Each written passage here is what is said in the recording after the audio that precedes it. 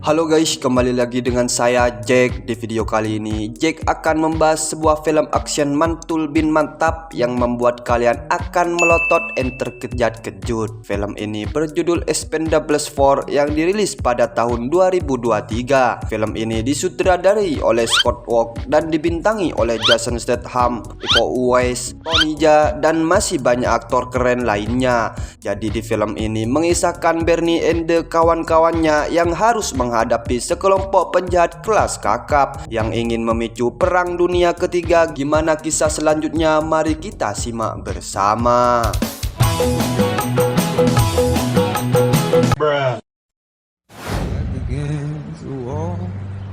Scene berawal di Orlandia. Di sini kita diperkenalkan dengan Bernie. Ini parasnya, dia adalah ketua Expendables yang sedang mengendarai sepeda motornya untuk pergi ke rumah rekannya. Setibanya di sana, Bernie menemukan Lee kalau sedang berdebat dengan pacarnya yang merupakan anggota Expendables yang bernama Gina. Gina mengungkapkan kekesalannya kepada Lee karena Lee tidak mau membelikan makanan kesukaannya, yaitu lontong plus kerupuk ikan. Relationships and feelings don't fucking exist. Fuck you. Setelah perdebatan selesai, Lee and Bernie kemudian memberi Lee suatu tugas dan membawanya ke sebuah bar tempat Bernie kehilangan cincin keberuntungannya. Tugas itu ternyata berupa mengambil kembali cincin keberuntungan yang telah diambil dari sekelompok gangster yang dipimpin oleh Sutresno. Ini mukanya. Awalnya Lee menolak, namun setelah mengetahui kalau punggung Bernie sakit, ia pun mau menuruti permintaan Bernie untuk merebut cincinnya. Lee kemudian menghajar para gangster tersebut dan berhasil mengambil kembali cincin milik Bernie.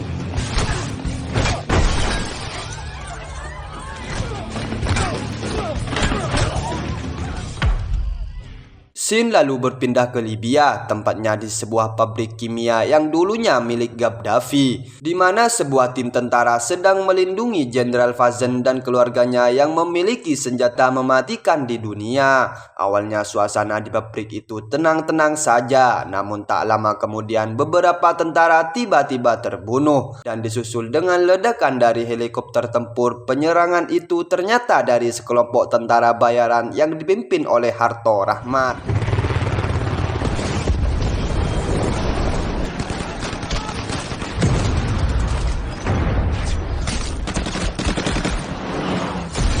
Pada waktu itu juga Rahmat sedang menginterogasi pengemudi tank mengenai keberadaan Fazen. Pengemudi itu lalu terpaksa melihat ke arah gedung yang akhirnya membuat Rahmat tahu kalau Jenderal Fazen ada di dalamnya. Kita kemudian kembali lagi ke Bernie dan Lee, di mana keduanya berkumpul dengan para anggota Expendables lainnya yang terdiri dari Gunner, Tollwood, dan dua anggota baru, yaitu Galang yang merupakan putra dari Galgo. Mereka kemudian dihampiri atasan mereka bernama Almas yang memberitahu tentang penyerangan di Libya yang dipimpin oleh Suharto Rahmat. Misi mereka adalah untuk menghentikan Rahmat yang ingin mencuri kode hulu nuklir dari Jenderal Fazen yang berpotensi menyebabkan perang ketiga. Word on the street is, client's name is Ocelot. Operation Ocelot. Hey, why is Christmas so pissed about this Ocelot mission? Teroris inilah yang ternyata selama ini berburu kode nuklir. Bahkan setelah Fazen menyerahkan kode hulu nuklirnya, Rahmat dengan tega menembak putranya Fazen. Wise choice. Singkat cerita, tim Expendables seraya tiba di pabrik kimia. Semua tim lalu mulai keluar dari pesawat kecuali Bernie yang harus terbang di area tersebut untuk memantau keberadaan Rahmat. Dan dari sinilah pertempuran yang sangat brutal antara tim Expendables melawan tim Rahmat pun terjadi.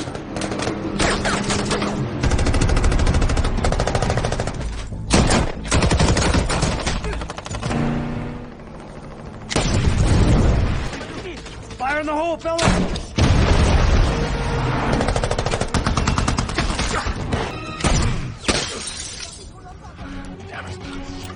Di tengah pertempuran itu, Lee menemukan Rahmat yang sedang melarikan diri bersama rekannya menggunakan mobilnya. Saat Lee berhasil mendekatkan mobilnya ke Rahmat, tiba-tiba pesawat Bernie tertembak. Melihat Bernie dalam kesusahan, Lee pun memilih melepaskan Rahmat dan menabrakkan mobilnya ke arah tank yang telah menembak ke pesawat Bernie. Namun sayangnya Rahmat malah mengambil kesempatan ini dengan menembakkan proyektil ke arah pesawat Bernie. Tembakan itu menyebabkan pesawatnya jatuh dan sedangkan Rahmat pergi melarikan diri dengan helikopternya. Lee kemudian mendekati jatuhnya pesawat dan melihat mayat Bernie yang hangus terbakar serta cincin kesayangannya yang masih terpasang dengan utuh. Tim Expendable kemudian kembali ke markas dan berduka atas kematian Bernie. Mereka juga menancapkan lengan Bernie serta cincinnya di bar untuk mengenang jasanya. Di saat Lee bersiap memimpin tim untuk mencari Rahmat dan membalaskan dendam Bernie, Mars tiba-tiba datang dan menyampaikan hal yang mengejutkan kepada Lee, yaitu menyatakan bahwa Lee dikeluarkan dari tim karena Bernie sudah koit. Tidak cuma itu, Mars juga malah menempatkan Gina sebagai pemimpin tim untuk melanjutkan misinya. Made the sacrifice worthless. Lee yang sudah tidak memiliki pekerjaan lagi kemudian mencari loker di koran dan menemukan lowongan pekerjaan menjadi pengawal seorang influencer. Keesokan harinya, Lee mulai bekerja di sebuah pesta yang diadakan oleh influencer tersebut yang bernama Bom Bom. Ini sosoknya. Namun bukannya menjadi seorang pengawal, Lee malah disuruh menjadi pelayan oleh Bom Bom. Hal ini pun membuat Lee kesal dan sengaja menghajar Bom Bom saat dia masih lift toxic. Alhasil Lee pun dikeluarkan dari pekerjaannya.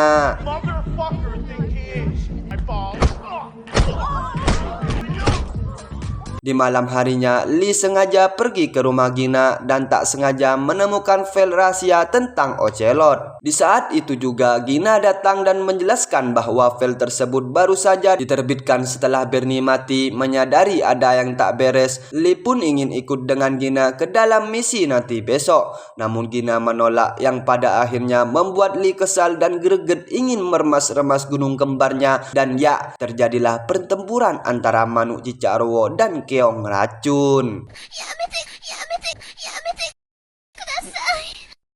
Kalau ingin melihat lebih detailnya, silahkan lihat langsung di filmnya, karena saya tidak berani mempublish takut kena dolar hitam dari YouTube, guys. Dapat duit aku tuh.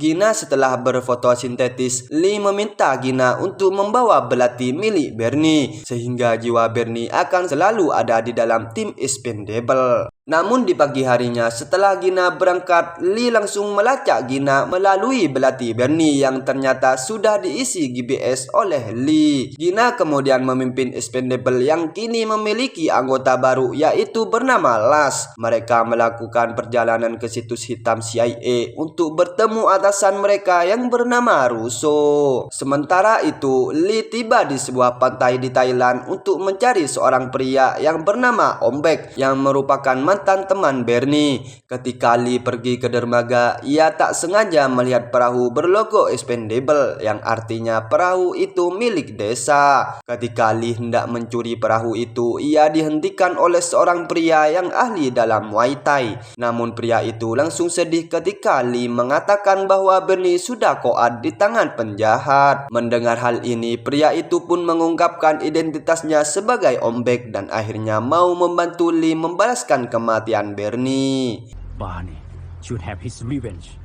Damn right he should. Gina dan timnya kemudian tiba di situs hitam mereka, lalu diarahkan oleh Russo dan Marsh yang memberitahu bahwa mereka akan menyusup ke kapal kargo tempat Rahmat berada, di mana Rahmat ini sudah mengangkut hulu ledak nuklirnya untuk diarahkan ke perairan Rusia. Marsh juga percaya bahwa di kapal kargo itulah mereka akan menemukan Ocelot. Selain itu, Rahmat juga akan melakukan perdagangan guna mendapatkan kembali temannya yang kini kini menjadi tahanan CIA. Tanpa pikir panjang, Till pun langsung menuju ke kapal tersebut dengan terjun payung dari pesawat. Namun saat semuanya menyusut ke dalam kapal, mereka malah berakhir tertangkap oleh anak buah Rahmat yang sudah mengetahui kehadiran mereka lebih awal. Ketika mereka disekap dalam kapal, mereka menyadari bahwa ada seorang di dalam tim ini yang membocorkan informasi mereka. Di tengah obrolannya, sekelompok anak buah Rahmat masuk untuk menyandra Marsh. Rahmat kemudian menggunakan Marsh sebagai alat guna memaksa Russo untuk membebaskan tim Rahmat yang bernama Bai. Jika Russo menolak, maka Marsh dan timnya akan mati di kapal ini. Sementara itu, Ombek dan Lee akhirnya berhasil menemukan kapal kargo yang ditumpangi oleh Rahmat. Lee lalu mulai menembakkan jangkar kapal tersebut, namun di sini Ombek menolak untuk ikut karena ia sudah bertobat menjadi seorang pembunuh. Alhasil Lee pun terpaksa pergi sendirian ke atas kapal kargo. Di sana Lee mulai membunuh satu persatu anak buah Rahmat dengan pergerakan yang sangat mulus. Setelah membunuh sebagian anak buah Rahmat, Lee sengaja menghubungi Rahmat melalui radio yang pada akhirnya membuat Rahmat memerintahkan semua anak buahnya untuk memburu Lee.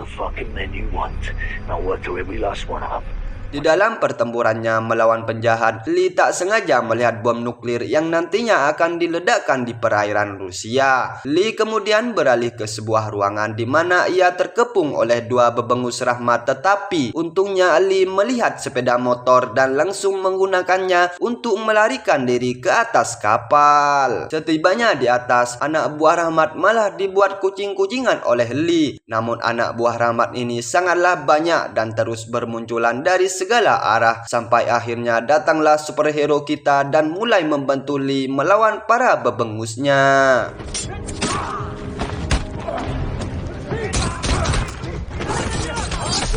Sementara itu, Gunner dan tim Expendable berhasil keluar melalui jalan darurat yang sudah mereka bongkar. Namun saat mereka hendak mengambil kembali persenjataannya, mereka dihadang oleh tiga bebengus. Untungnya, Ombek dan Lee datang tepat waktu dan langsung mengeksekusinya. Kemudian Lee menuju ke arah Rahmat berada dan dari sinilah pertempuran besar terjadi.